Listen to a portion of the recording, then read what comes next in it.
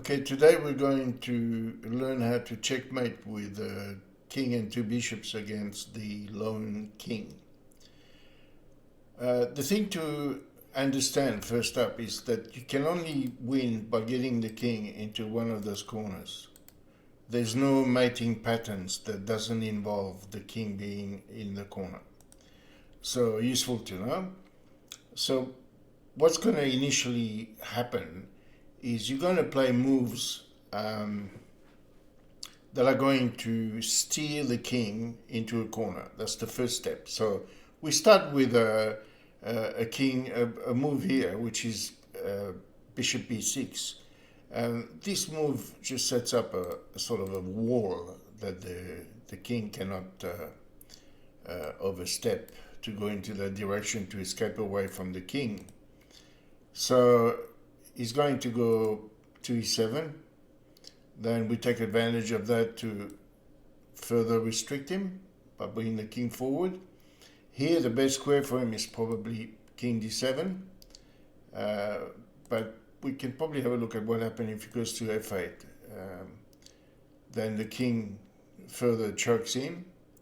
And when he goes to e8, then suddenly we have the bishops rolling him. So bishop check, king f8, bishop check, king g8. Now you've got to be careful not to check, because it'll be a little bit embarrassing if either he goes here or goes in the corner. And we'll see the two variation. If you played here with check and you went in the corner and you play king here, there would be stalemate. So beware. So here the move is quite simply continue to shield him. Of course, you got the two bishops acting on those squares, so he's stuck in the corner quite obviously, which is where we want him.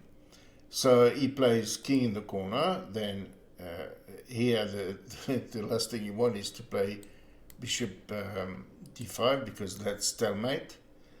So you would play, you would waste a move by playing bishop here or on b4 or on d6 or whatever you like. And then when he goes here, that's where you keep rolling him. Check.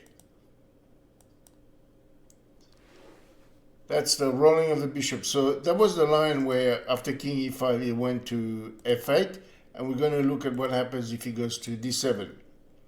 It's a bit more complicated to catch him, so we play a move king here. So now what happens?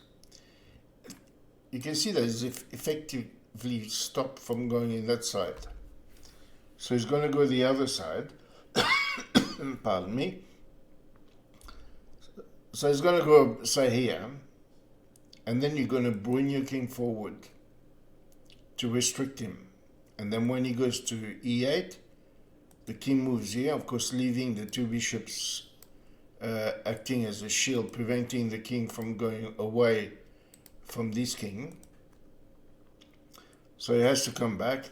And now we play restricting move with the bishops. So yeah, bishop f7, stop the king from going back here.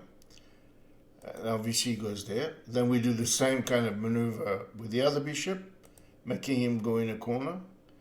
And then probably easier is to play the king here in acting as a shield.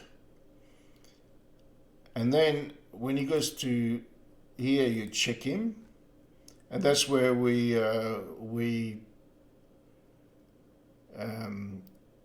roll him with the bishops. So here's one, here's the other. The king goes to a8, and finally you got bishop d5 checkmate, and we didn't have to waste a move like we did in that corner when he went to f8. We had to waste the move by playing the bishop on a3, but this time it worked out well for us. We didn't have to do that. So the key to the bishop and king, bishops and king versus king, is rolling, rolling, rolling,